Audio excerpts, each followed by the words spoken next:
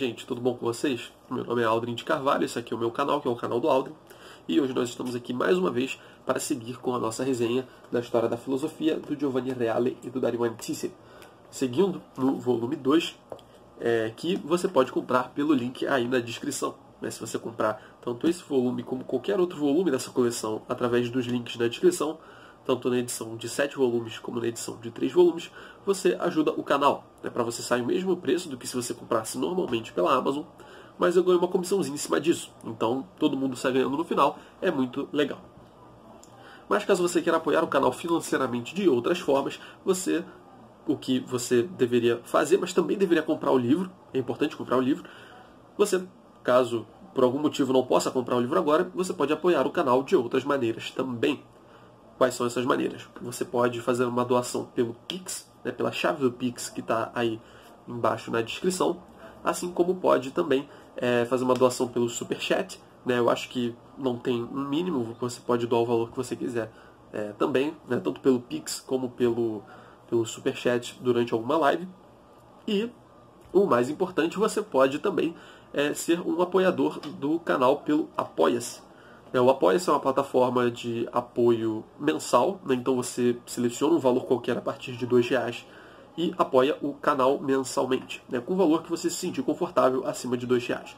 E aí você vai passar a fazer parte desse grupo seleto de pessoas incríveis, composto pelo Nivaldo, pelo Pedro Barbosa, pelo Pedro Henrique e pelo Matheus Reis.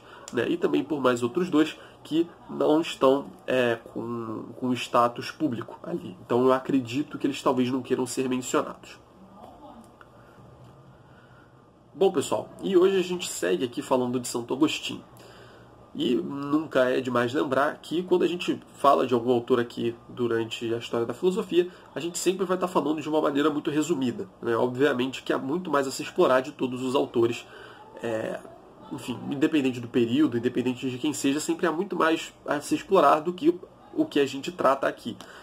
E por isso eu gostaria de convidar vocês, principalmente no caso de Santo Agostinho, para acompanharem a Sexta Patrística, que é o programa que eu faço com o meu amigo Marcelo, do canal Resenha Forense, onde a gente pega todos aqueles volumes verdinhos da Paulus e vamos resenhando um a um. Capítulo a capítulo a gente vai comentando sobre, analisando, trazendo outras referências, falando bastante a respeito do conteúdo dos livros. E daqui a pouco, se Deus quiser, daqui a alguns poucos meses, a gente começa a falar de Santo Agostinho. A gente começa a resenhar o volume da Trindade, que inclusive foi o tema do último vídeo. Então, acompanhe aí. A gente faz alternando entre o meu canal e o dele, mas tem uma playlist, tanto no meu canal como no dele, com todos os episódios. Então você certamente não vai se perder. Então fique à vontade, entra aí no meu canal, inscreva-se e fica ligado, porque a gente vai começar a falar de Santo Agostinho e vai começar a aprofundar muito mais a doutrina dele daqui a alguns meses. Mas por enquanto a gente fica aqui com o que a história da filosofia do Reale pode oferecer, e que não é pouca coisa. O Reale, ele traz bastante conteúdo sobre Santo Agostinho. Hoje, em específico, a gente vai falar sobre a criação, a doutrina de Santo Agostinho acerca da criação do mundo e da criação do homem. Nos últimos vídeos a gente já falou sobre uma diversidade de temas do pensamento de Santo Agostinho, mas no último, em especial, a gente falou de Deus. Falamos de Deus, falamos da Trindade e de como funciona essa relação, em como que a gente alcança Deus, a gente chega ao conhecimento de Deus. Por outro lado, como que as diferentes pessoas da Trindade se relacionam. E hoje a gente vai ver mais um aspecto dessa relação entre Deus e o mundo. Mais precisamente, como Deus cria o mundo. Como a Santíssima Trindade, ela tira o mundo do nada e leva ao ser. Já dando um pouco de spoiler aqui do que a gente vai falar hoje. Mas bom, vamos ver o que o Reale tem para dizer. O problema metafísico que mais preocupara os antigos era o da derivação do múltiplo a partir do uno. Por que e como os múltiplos derivaram do uno, ou de algumas realidades originárias? Por que e como do ser que não pode não ser, nasceu também o devir, que implica a passagem de ser a não ser e vice-versa? Então, quando a gente vai para a filosofia antiga, principalmente, a gente vê sempre uma tendência a uma unidade suprema, ou algum aspecto da realidade do ser que é uno, que é primeiro e que é simples. A gente sempre vê uma referência a esse tipo de coisa com uma importância maior ou menor, mas a gente sempre vê raciocínios indo nessa direção. né, os próprios pré-socráticos, eles tinham essa era a busca deles essencialmente, né? O que na realidade é aquela realidade mais fundamental, né? O que na realidade é o princípio de todas as coisas, aquilo que perpassa tudo e que justifica tudo, aquilo em razão do qual a gente pode explicar todas essas coisas que existem, que se apresentam a nós na realidade. Então, essa é uma preocupação que a gente já vê desde os pré-socráticos, aí passando por Platão, Aristóteles e também os que vieram depois. A gente tem vários vídeos aí na série de História da Filosofia falando disso. Mas o Platão, por exemplo, ele concebe as formas suprassensíveis, né, das quais derivam os entes particulares, né, a multiplicidade das coisas que a gente vê. O próprio Aristóteles concebe um motor imóvel, né, que obviamente é uma noção diferente da noção do Deus do Platão, e das formas platônicas, mas de qualquer forma, ainda assim é uma realidade simples e que tem um papel de protagonismo na realidade. E aí depois o Plotino vai falar daquela questão do uno e de como as coisas vão derivando dele, né? Sempre esse raciocínio tendendo a essa estrutura de explicação, né? A multiplicidade das coisas saindo de uma unidade, né? Como a simplicidade das coisas se tornou uma multiplicidade, né? Ou melhor, como que da unidade derivou a multiplicidade. Do ser derivou o múltiplo, do uno, o múltiplo, enfim. A gente pode colocar isso em vários termos, né? Cada filósofo vai usar o seu vocabulário. Mas então, essa é uma questão que permaneceu aí durante toda a especulação desses filósofos. E quando o cristianismo aparece, é evidente que ele traz uma proposta de solução para esse problema. Não que o cristianismo já dê a sua narrativa, a sua resposta totalmente articulada, né, e totalmente aprofundada e justificada em todos os pontos, mas dá um quadro no qual a gente pode explicar essa procedência, né? Deus criando as coisas, né? No Gênesis a gente tem uma narrativa da criação que é exatamente isso, né? Mostrando como Deus criou as coisas. E então Santo Agostinho ele vai se debruçar sobre esse problema. Ele vai pegar essa doutrina da criação e vai tentar racionalizar, né? Vai tentar dizer como que aconteceu esse negócio. Como que, no começo, havendo apenas Deus, houve alguma coisa. Então, esse era um problema comum, né, na filosofia até então, e Santo Agostinho também vai tratar dele. Ao tentar resolver esses problemas, nenhum dos antigos filósofos chegou ao conceito de criação, que, como sabemos, é de origem bíblica. Né? Então, por mais que você tenha algumas doutrinas que se assemelham um pouco a essa ideia de criação, você não tem nenhuma no sentido que a Bíblia traz, que é um sentido diferente e original em muitos sentidos. A gente já vai falar disso agora. Os platônicos foram os filósofos que chegaram a posições menos distantes do criacionismo. De fato, eles se aproximam bastante. A gente tem um vídeo explicando como funciona isso para os platônicos, mas a gente vai explicar aqui de novo. Entretanto, mesmo assim, ainda permaneceu significativa a distância entre suas posições e o criacionismo bíblico. No Timeu, o diálogo platônico, Platão havia introduzido a figura do demiurgo, que é o Deus que cria o mundo. O termo não é bem criar, o Hélio vai dizer que é fabricar o mundo. Entretanto, embora sendo racional, livre e motivado pela causa do bem, a atividade do demiurgo é gravemente limitada, tanto acima como abaixo dele. Então, o demiurgo, que é esse Deus, a gente pode chamar, que cria as coisas, ele ainda assim ele tem algumas limitações. Apesar dele compartilhar com o Deus cristão algumas características. Ele fala aqui de liberdade, ele cria por causa do bem, ele é racional. Então, características que a gente pode atribuir, num certo sentido, ao Deus cristão. Mas ainda assim é diferente. Entretanto, embora sendo racional, livre e motivada pela causa da ação do bem, a atividade do demiurgo é gravemente limitada tanto acima como abaixo dele. Acima do demiurgo está o mundo das ideias, que o transcende e no qual ele se inspira como em um modelo. Abaixo, ao contrário, está a hora, ou matéria informe, também eterna, como as ideias e como o próprio demiurgo. Então, essa ação criadora do demiurgo, ela procede do seguinte modo. Ele contempla as formas suprassensíveis, as ideias do hiperurânio platônico, falando aqui de forma bem resumida, tá? E uma vez que ele capta essas formas, essas ideias, esses modelos, ele plasma esses modelos sobre a matéria, sobre essa matéria primordial, que é a hora, né? Em grego seria assim. E então é uma ação criadora, né? De fato se parece um pouco com a doutrina cristã, no sentido de que você tem um Deus, vamos dizer assim, pessoal, né? Racional, que vira e cria as coisas, né? O demiurgo platônico, ele pega modelos que são eternos, que estão até acima dele, como ele coloca aqui, e projeta sobre a matéria, que também é pré-existente, que também é coeterna, né? Esses três elementos, então, da criação são coeternos, né? Essa matéria primordial, as ideias, né? O conjunto das formas suprassensíveis platônicas e o demiurgo, né? Que faz a junção dessas duas coisas, né? Que faz com que uma haja sobre a outra, né? O demiurgo aí atua como uma causa eficiente, a gente poderia dizer, né, no vocabulário aristotélico. E que, enfim, que Platão não usa, evidentemente, mas, enfim, é aquele que permite que o movimento aconteça, né? A obra do demiurgo, portanto, é obra de fabricação e não de criação. É uma distinção que Santo Agostinho vai fazer melhor depois. Porque pressupõe como pré-existente e independente aquilo de que se vale para construir o mundo. Então não é uma criação no sentido de que não havia nada e, opa, agora há. Né? Foi criada, foi tirada do nada aquela coisa. Não, ele pega coisas já existentes e molda essas coisas já existentes. Isso seria, para Santo Agostinho, um processo de fabricação e não de criação.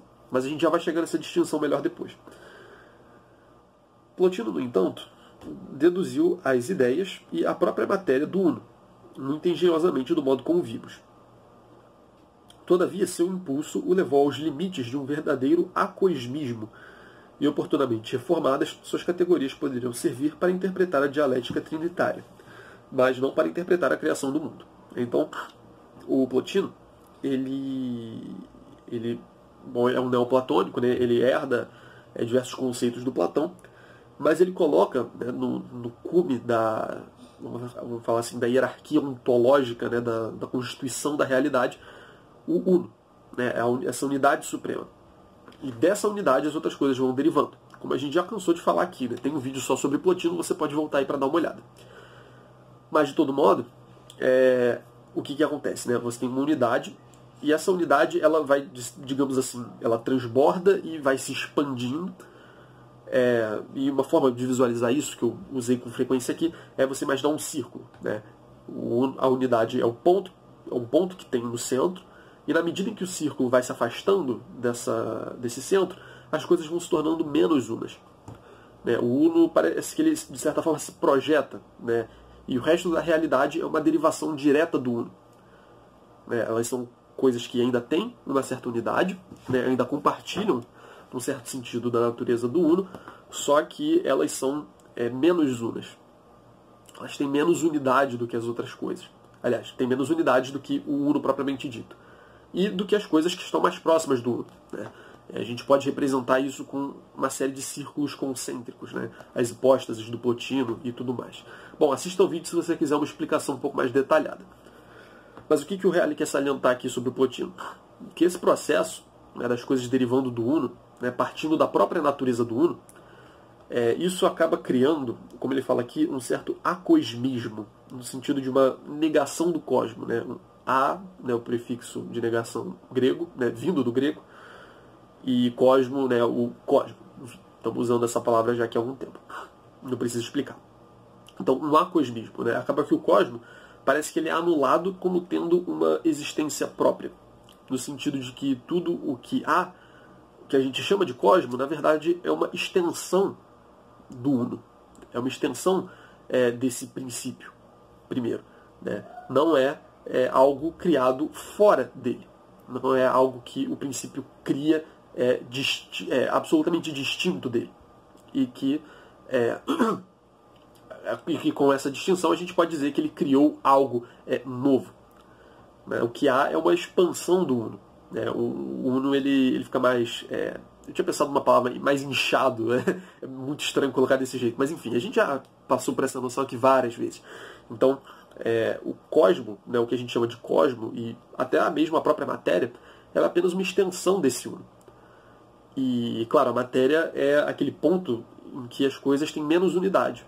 As coisas materiais, elas são como que a margem, né, o extremo mais marginal desses círculos concêntricos, né, para ficar nessa representação que a gente estava fazendo. Então, as coisas, elas se diferem umas das outras na medida em que são mais ou menos unas. Né, mas tudo, em última instância, deriva do uno. Né, é uma extensão dessa unidade primeira. E, bom, isso também impede que isso seja assimilado pelo cristianismo. Porque, bom, é como se a gente dissesse que essas coisas aqui são extensões de Deus também no mesmo sentido. Só que Deus, na verdade, ele cria o mundo como algo distinto dele.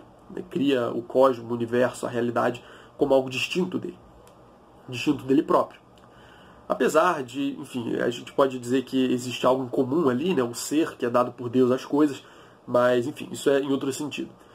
O ponto é que Deus, no cristianismo, cria o cosmos como algo distinto e, de certa forma, subsistente por si.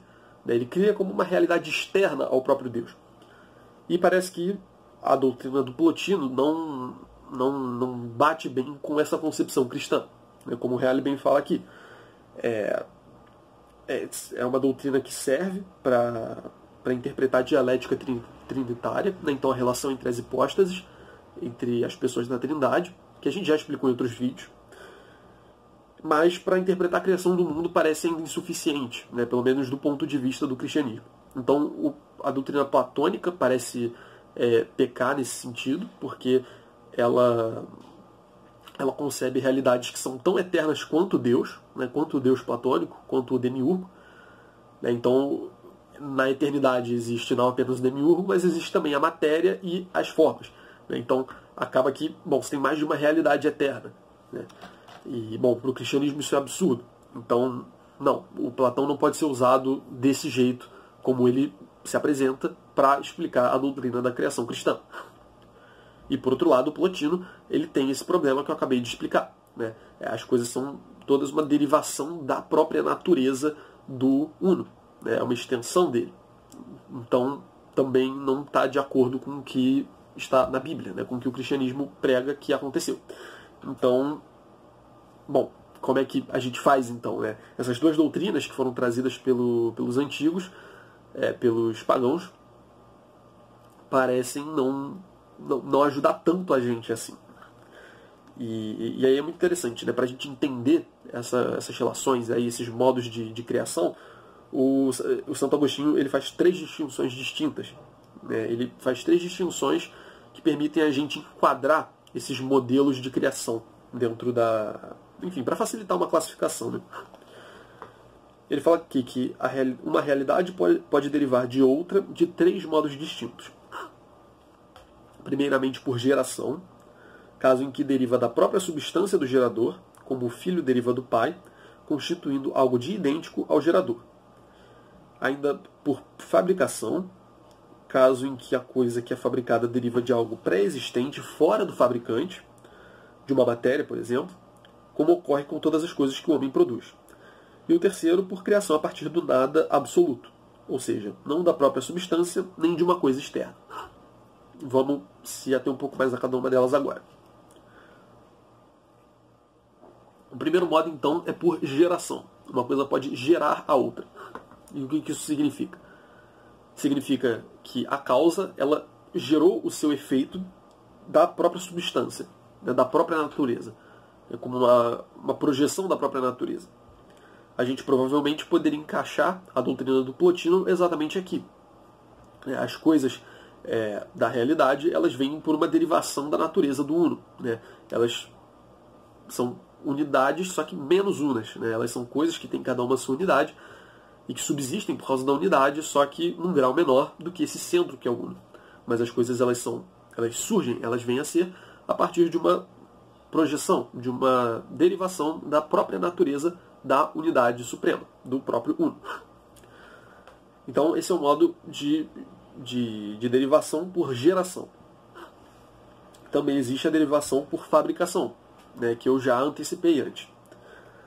Caso em que a coisa que é fabricada deriva de algo pré-existente fora do fabricante.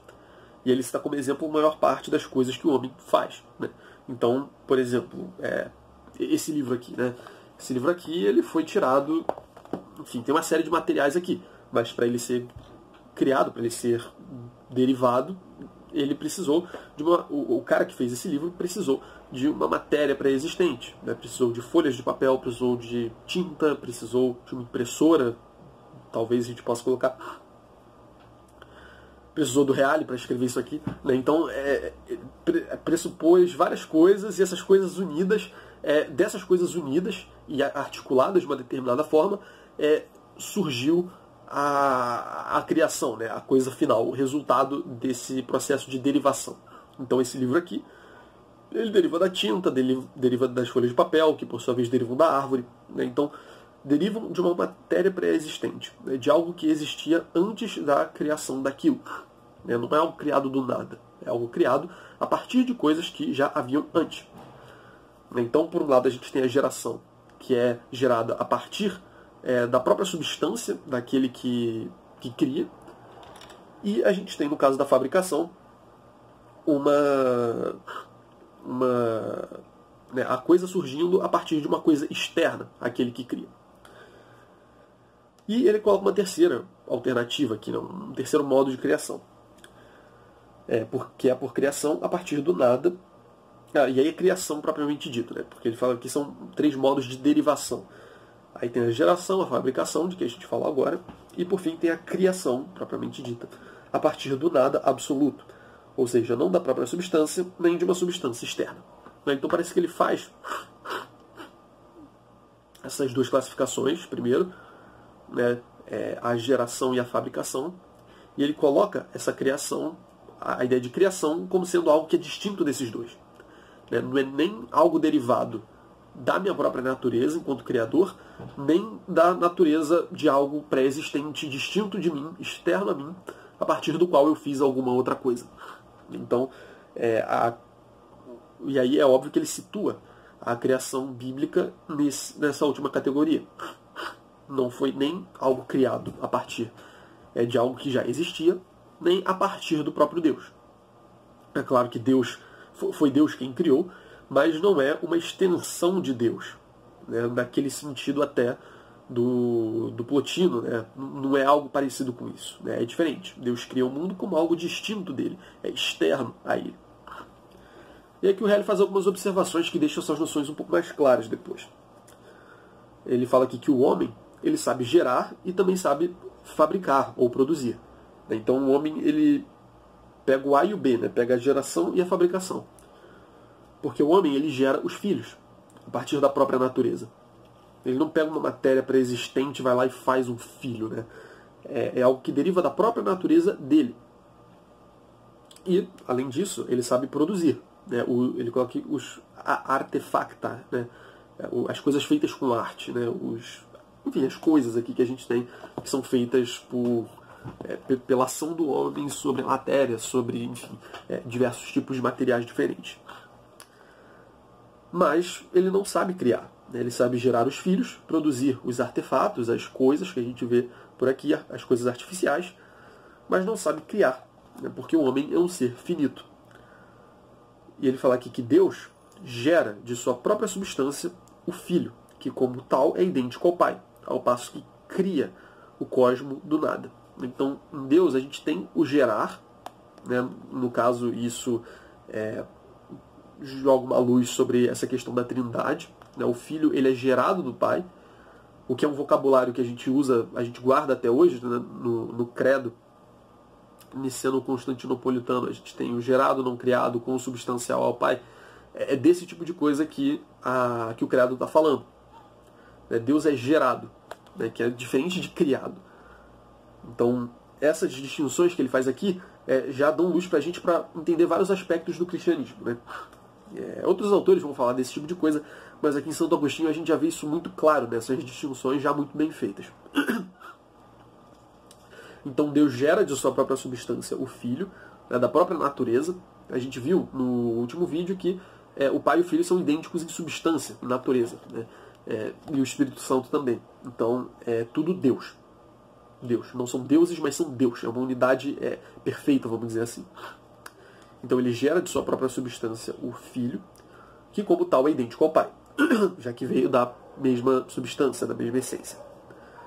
Ao passo que cria o cosmo do nada. Então ele salienta essa distinção, né? O processo pelo qual o Filho é derivado do Pai é diferente do processo pelo qual as coisas, né? Eu e você, por exemplo, somos derivados de Deus, né? São coisas completamente diferentes. Portanto, há uma diferença enorme entre geração e criação. Porque diferentemente da primeira... entre criação e geração. Porque diferentemente da primeira, da criação, esta última, a geração, pressupõe o vir a ser, por outorga de ser por parte do Criador para aquilo que absolutamente não existia. E tal ação é o dom divino gratuito, devido à livre vontade e bondade de Deus, além de sua infinita potência. Então Deus cria a gente a partir do nada. Ex nihilo, né, que vai ser o termo que vai ficar cunhado aí para a história. Mas não é ex nihilo no sentido de que não havia nada e pronto, houve algo. Havia Deus e depois houve algo além de Deus, digamos assim.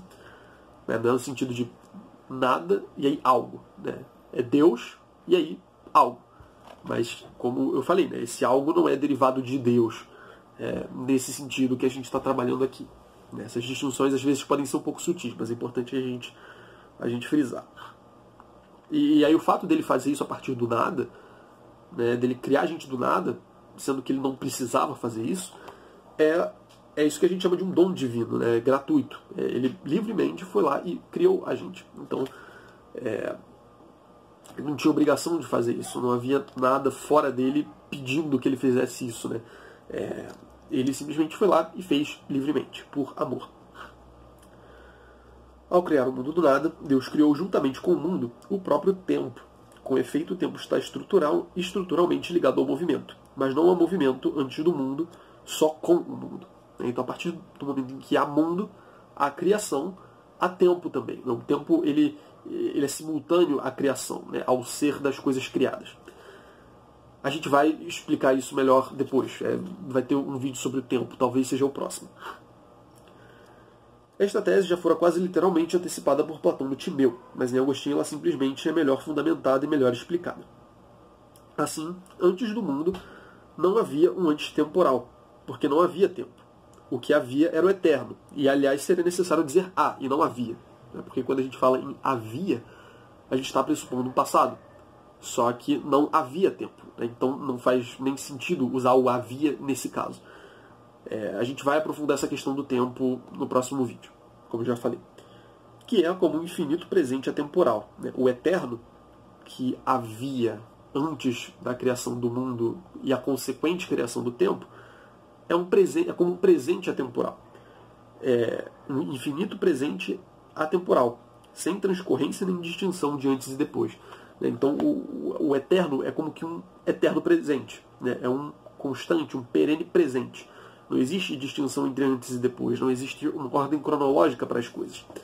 E, bom, como o próprio Reale fala aqui, da questão do tempo falaremos adiante. Só que o adiante não é logo agora, é no próximo vídeo. Então fiquem aí mais um pouco, que ainda tem mais coisa para falar hoje, e no próximo vídeo a gente fala da questão do tempo.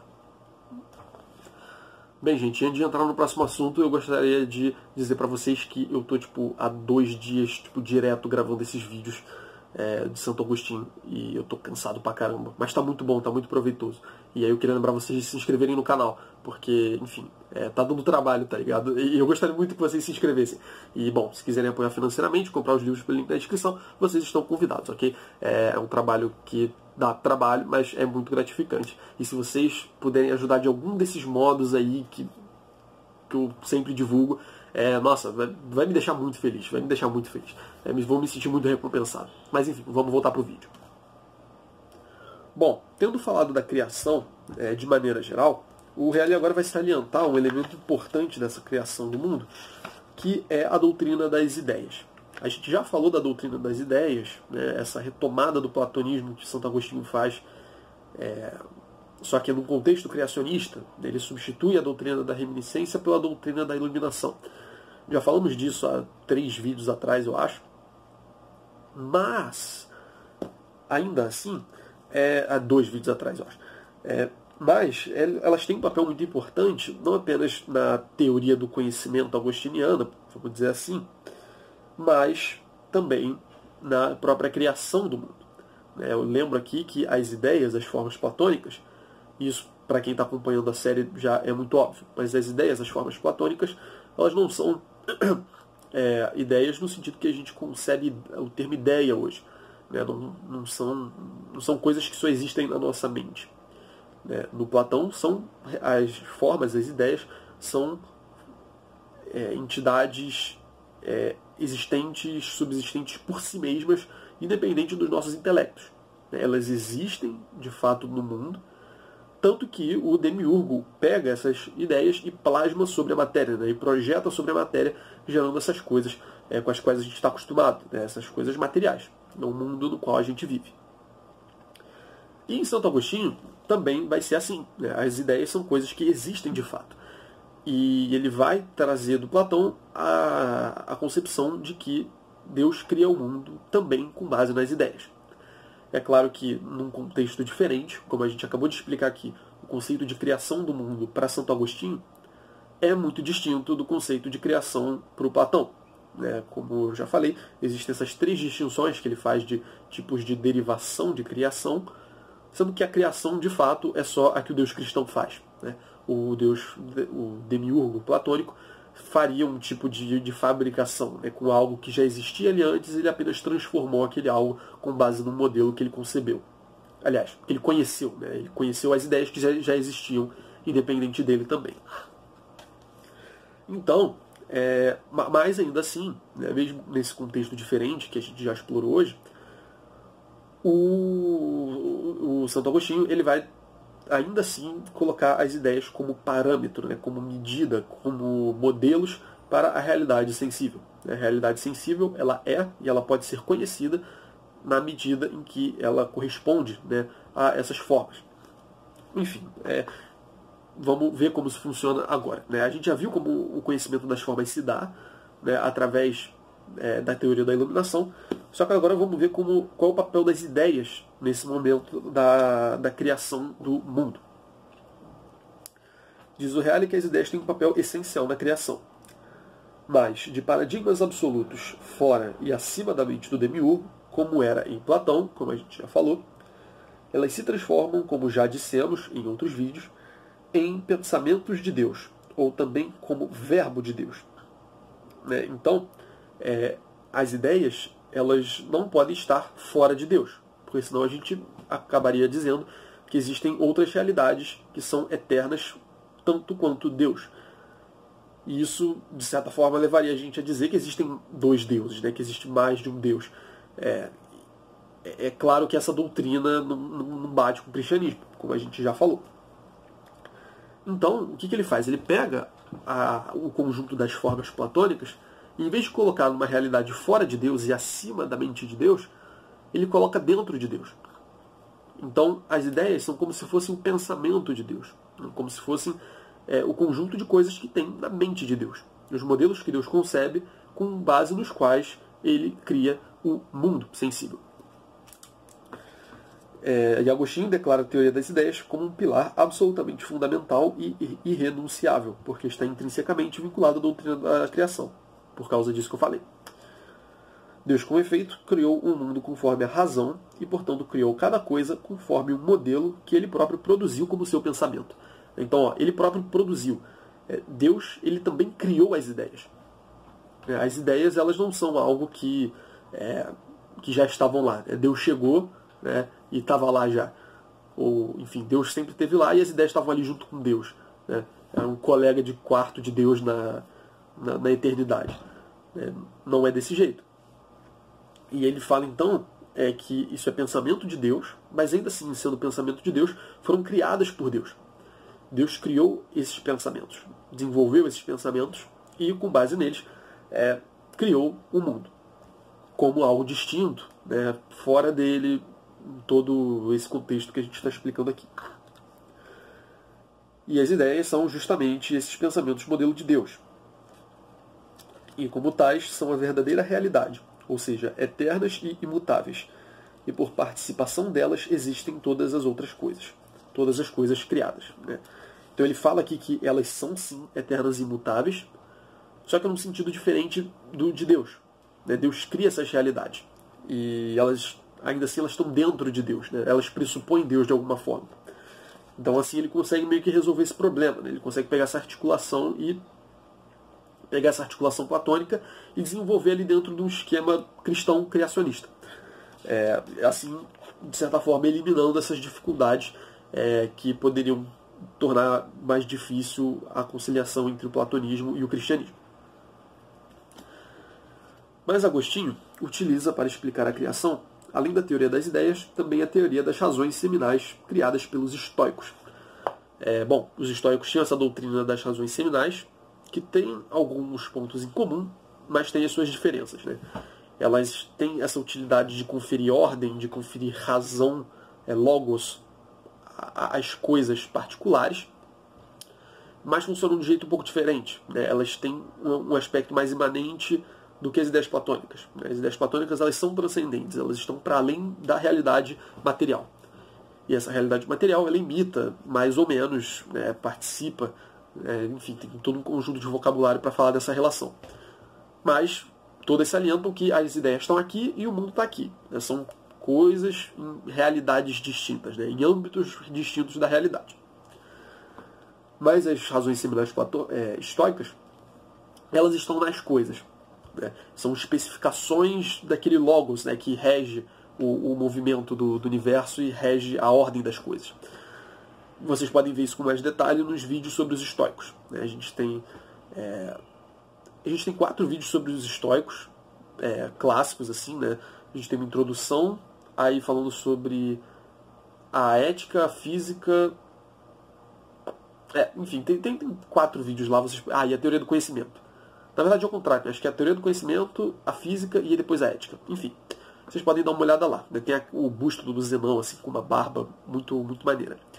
E também tem os vídeos dos neo-estoicos, né? E são 4. Um vídeo de introdução, aí um vídeo para cada um dos 3 mais famosos, né? O Sêneca, o Marco Aurélio e o Epicteto, né? Que, pro Reale aqui, são considerados neo-estoicos muito mais do que estoicos originais. Mas, de todo modo, né, assim, essa doutrina está mais explicada nos vídeos sobre os primeiros estoicos, os antigos estoicos. Mas, ainda assim, isso tem o seu papel nos neo-estoicos, né? Isso aparece aqui ou ali. Então, eu recomendo que assistam esses vídeos todos. Eu sempre recomendo que assistam a toda a série de História da Filosofia, mas particularmente assistam a esses, e a visão dessa doutrina específica vai ficar muito mais clara com toda a certeza. Mas o que importa aqui então? Santo Agostinho, ele vai pegar não apenas a doutrina platônica das ideias, mas vai pegar também essa doutrina estoica das razões seminais, dos logoi spermatikoi. Logoi spermatikoi, né? As razões do seminal, né? No sentido de uma semente. Tem esse sentido. E, bem, aí essa doutrina também tinha sido usada pelo Plotino, né? Ele chegou a incorporar aquilo, numa certa medida, dentro da concepção dele. A criação do mundo ocorre de modo simultâneo, mas Deus não cria a totalidade das coisas possíveis como já concretizadas. Ele insere no criado as sementes ou germes de todas as coisas possíveis, as quais posteriormente, ao longo do tempo, desenvolvem-se pouco a pouco, de vários modos e com o concurso de várias circunstâncias. Então, Deus, quando ele pega as formas e aplica sobre... e usa para criar o mundo, ele vai falar aplica sobre a matéria, mas não tinha uma matéria pré-existente. Mas vamos supor, Deus cria a matéria e coloca as formas sobre a matéria ali e cria o mundo. Ainda assim, quando ele faz isso, ele não cria todas as coisas possíveis de uma vez só. Tanto que, se você parar para pensar, uma série de possibilidades aí não estão realizadas ainda. E uma série de possibilidades não estavam realizadas até alguns minutos, algumas horas, alguns meses, alguns anos atrás.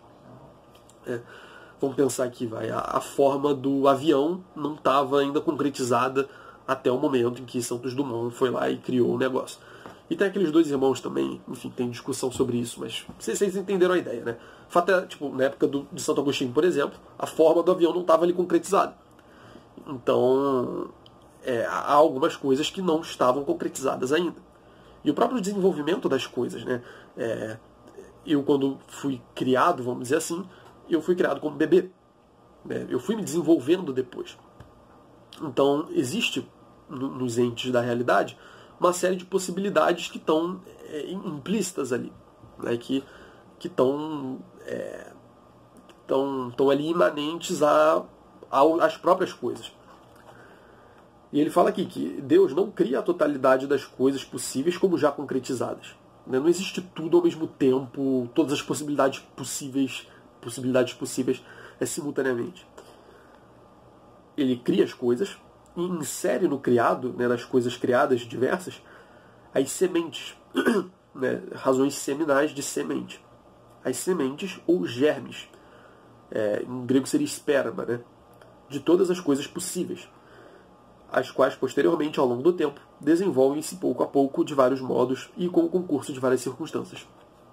Então Deus, além de aplicar as ideias sobre a realidade, ele joga essas sementes, né, as razões seminais, que devem ter alguma relação direta com as ideias, mas ele não explica isso muito aqui. Então ele insere essas razões seminais nas coisas e isso confere àquelas coisas um certo horizonte de possibilidades que ela pode realizar ao longo do tempo depois. Então as coisas elas podem se transformar. Elas não necessariamente permanecem daquele jeito que Deus criou. E Deus não necessariamente está sempre criando as coisas. Né? Ele não criou tudo simultaneamente, mas ele criou as coisas com essa possibilidade, né, com essa potência, a gente poderia dizer, de realizar as suas diversas possibilidades, de modos distintos. Então cada coisa tem a sua razão seminal. Né? Pode se desenvolver de um jeito X ou de um jeito Y. Mas, é importante salientar, Deus já no começo colocou ali essa possibilidade. Escreveu naqueles entes, naquelas criaturas, essas possibilidades. Não é algo totalmente novo. É isso que é interessante. Os desenvolvimentos das coisas, uma vez que são criadas, não é algo totalmente novo, porque elas já existiam enquanto possibilidade naquelas coisas do jeito como elas foram criadas no começo. Então, é interessante isso, né? Então Deus acaba dando conta também desse desenvolvimento posterior das coisas. Nem isso acaba fugindo ao alcance de Deus. Ele coloca ali algo que vai fomentar esse desenvolvimento e permitir essas possibilidades de se realizarem depois. Então é muito interessante isso. E aí o Reale fala aqui. Em suma, juntamente com a matéria, Deus criou virtualmente todas as possibilidades de sua concretização, infundindo nela, precisamente, as razões seminais de cada coisa. A evolução do mundo ao longo do tempo, outra coisa não é do que a concretização e a realização de tais razões seminais. E, portanto, um prolongamento da ação criadora de Deus. É isso, é um prolongamento da ação criadora de Deus. Não é como se Deus não criasse essas outras coisas. Mas ele cria imediatamente, né? Ele cria tendo por intermediário essas razões seminais implantadas ali que permitiram esse desenvolvimento. Mas ainda assim Deus criou isso. Né? É um prolongamento da ação criadora de Deus, não é algo distinto disso. E aí, tendo falado disso, né, isso se aplica a todas as coisas, né, as coisas no geral. Tudo que é criado tem em si essa lógica das ideias e das razões seminais e dessa dinâmica que eu acabei de descrever. Mas aí o Reale vai dar uma atenção especial aqui para a concepção de Santo Agostinho sobre a criação de uma criatura muito específica. E é claro que eu estou falando do homem. Não está complicado hoje. Enfim, é claro que ele vai dar um destaque aqui para a figura do homem, né, para como ele é criado. Que o homem, assim, a gente já está acostumado com essa visão, o homem tem algo de diferente, tem um algo a mais ali. E como que funciona esse negócio? Vamos ver. O homem foi criado como um animal racional e encontra-se no vértice do mundo sensível. No vértice, no cume, no ponto mais alto do mundo sensível. Como já vimos, a sua alma é a imagem de Deus Trindade. e a alma é imortal. Então a gente já viu isso antes, essa coisa da trindade. Ele não vai explicar mais aqui agora porque a gente já falou nos outros vídeos. Então se você quiser entender um pouco melhor, volta nos outros vídeos. A gente falou desse tema algumas vezes. O homem, ele é uma imagem da trindade. A alma do homem, melhor dizendo, é uma imagem da trindade. Então a trindade, ela cria o homem e deixa ali uns vestígios. Eu não vou explicar de novo agora, você volte aí nos vídeos para dar uma olhada. Então, o homem tem esse diferencial. Ele é criado à imagem e semelhança não apenas de Deus, mas da trindade, que é Deus. Mas essa coisa da trindade, Santo Agostinho tem esse papel especial, porque ele reconhece, na realidade, uma série de tríades, como a gente já viu. Então, uma série de conjuntos de 3 coisas que constituem as coisas. Desses 3 elementos que constituem as coisas. Então, e no homem isso acontece. Então volte aí os vídeos se você quiser entender melhor. E Santo Agostinho fala também que a alma é imortal. Segundo o Reale aqui, as provas da imortalidade são em parte extraídas de Platão, mas em parte são aprofundamentos agostinianos. Como, por exemplo, a prova que se baseia na autoconsciência, dela deduzindo a simplicidade e a espiritualidade da própria alma. Então vamos lá. De maneira geral, o Santo Agostinho utiliza-se muito de Platão para poder falar da imortalidade da alma. Mas ele faz também seus próprios raciocínios, seus próprios aprofundamentos. E ele cita 2 em especial. Ele fala de uma prova que se baseia na autoconsciência, dela deduzindo a simplicidade e a espiritualidade da própria alma. E, portanto, a sua incorruptibilidade. Essa é a primeira. Então, ele, digamos assim, ele toma consciência de si próprio, autoconsciência, e entrando em si próprio, novamente aquele movimento tipicamente agostiniano de olhar para dentro de si e encontrar as coisas ali, ele olha para dentro de si próprio e vê que e percebe uma realidade mais simples, em cima da qual as coisas se constroem. A nossa personalidade, ela constantemente muda. A gente, enfim, muda de ideia, a gente muda nossos afetos em relação a alguma coisa ou alguma pessoa. A gente uma hora se sente de um jeito, outra hora se sente de outro. Mas por cima dessas camadas, que são mais ou menos mutáveis, existe uma simplicidade. Existe um algo fundamental que permanece e que não está sujeito à mudança. E, enfim, ele não cita aqui o raciocínio, mas a gente consegue ter uma ideia disso. E pelo fato de ser simples, a gente pode dizer que é incorruptível, que é espiritual. Porque as coisas corruptíveis, elas são compostas. Elas têm partes e podem se dividir, e assim elas se dissolvem. Mas aquilo que é simples, aquilo que é indivisível, é também eterno, é também perene, é também, a gente poderia dizer até espiritual, é imaterial. A matéria ela pode ser cada vez mais divisível, dividida cada vez mais. Ela, enfim, a gente pode sempre pegar uma partícula de matéria e sair dividindo. Mas quando a gente vê que na nossa alma existe uma realidade simples, primeira, essencial, e que nos torna alma, a gente vê que isso tem uma natureza distinta do resto das coisas que a gente vê por aqui, das coisas corruptíveis. Então essa simplicidade, chegando a essa simplicidade, a gente conclui que nós somos imortais. Nossa alma, pelo menos, é imortal. E aí ele fala de uma outra prova aqui, em que se infere a imortalidade da alma, da presença nela da verdade eterna. E aí Santo Agostinho fala, se a alma morresse, morreria também a verdade.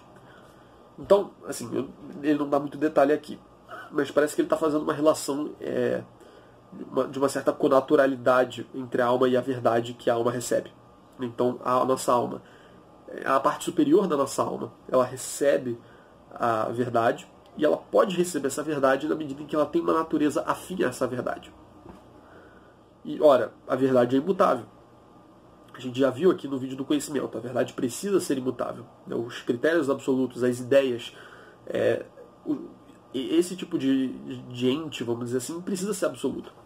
E a própria verdade, que é Deus, é absoluta, é imutável.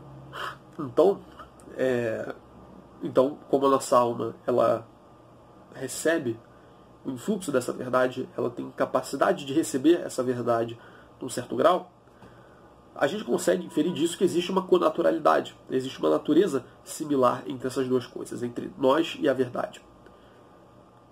Bom, e como a verdade é absoluta, ela é imortal, incorruptível, etc, etc, nossa alma também tem algo disso. Nossa alma também é incorruptível, nossa alma também é imortal e assim por diante. Pelo menos essa parte da nossa alma que capta a verdade. Eu já falei no vídeo do conhecimento que é apenas uma parte da nossa alma que capta essa verdade. E talvez isso tenha passado batido, mas a gente vê aqui que isso talvez seja um pouco importante. Né? É uma parte da nossa alma, né? É um aspecto da nossa alma que tem essa afinidade com aquilo que é verdadeiro, com aquilo que é supremo. E, portanto, ela compartilha dessa natureza também, e, portanto, a gente pode dizer que ela é incorruptível, imortal e todas essas coisas. E aí, o Reale fala aqui do último assuntozinho que ainda tem a ver com o homem e com a alma, que é a questão de como as almas particulares são geradas. E aí essa discussão entra num diálogo com tudo isso que a gente falou aqui até agora. Que ele fala aqui o seguinte: Agostinho fica na dúvida quanto à solução do problema do modo como as almas singulares são geradas. Isto é, se Deus cria cada alma diretamente, ou se as criou todas em Adão e de Adão sucessivamente transmite mediante os pais. Então, ele está na dúvida, ele parece que ficava numa dúvida de se, no momento da concepção, cada alma era criada ali naquele momento. Se cada alma ali era criada no momento em que o ser humano em que há o ser humano, ou se aquela alma já existia no pai e passou para o filho. Também nesse mesmo momento. Né? A questão não é essa. Nessa época não se discutia esse tipo de coisa. Mas a questão é de onde vem. Né? Se é Deus que naquele momento, de fora, coloca aquela alma ali, digamos assim, associa aquela alma àquele corpo, ou se aquilo estava contido ali em Adão e depois para o filho dele, filho dele, até chegar naquela pessoa em particular. Né? E, enfim, e aí é claro que isso tem muito a ver com essa doutrina da razão seminal. Né? Da questão das possibilidades já contida nos entes no momento da criação. Né? Será que então as almas elas já existiam em potência, digamos assim, em Adão, né, como razões seminais que foram se desenvolvendo depois, né, passando de geração em geração? É uma possibilidade. Né? Então ele fica em dúvida entre essas posições. E como a gente vê, elas têm relação com essas doutrinas de ideias, de formas, de razões seminais, da própria criação, como a gente já está vendo aqui. E aí ele fala aqui que Agostinho parece ter nutrido simpatias por uma solução traducionista, deste último tipo, né, dessa coisa que a alma foi passando de um para o outro.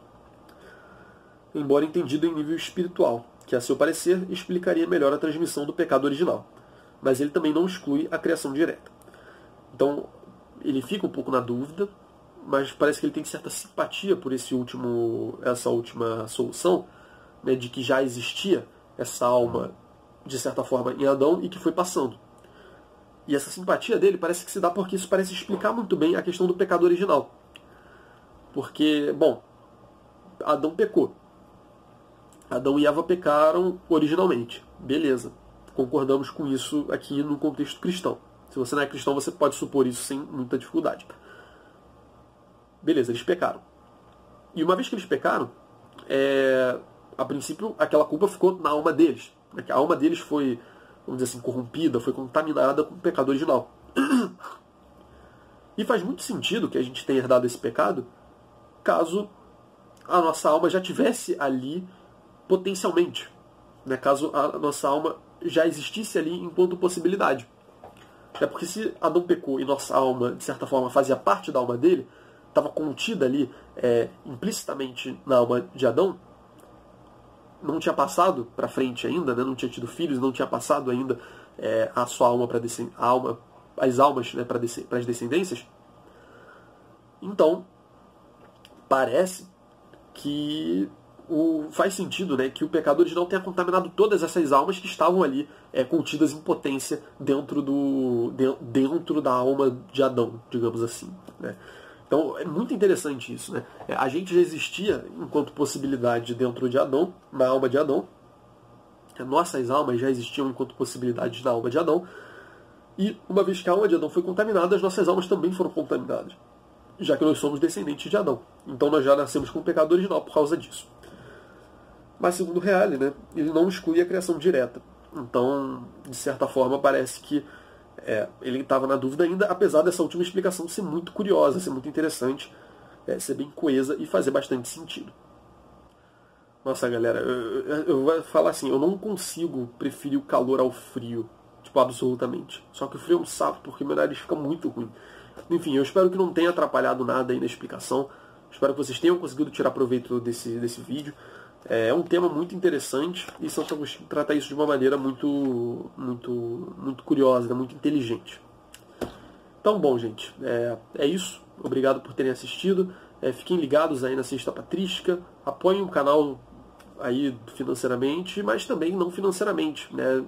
O melhor apoio que vocês podem dar é divulgando o vídeo para alguém que vocês acharem que possa se interessar pelo meu trabalho aqui no YouTube, né? Isso certamente vale mais do que qualquer dinheiro. Apesar de que o dinheiro é muito bom também, viu? O dinheiro ajuda pra caramba. Bom, gente, então é basicamente isso, né? Façam todas as burocracias aí da descrição.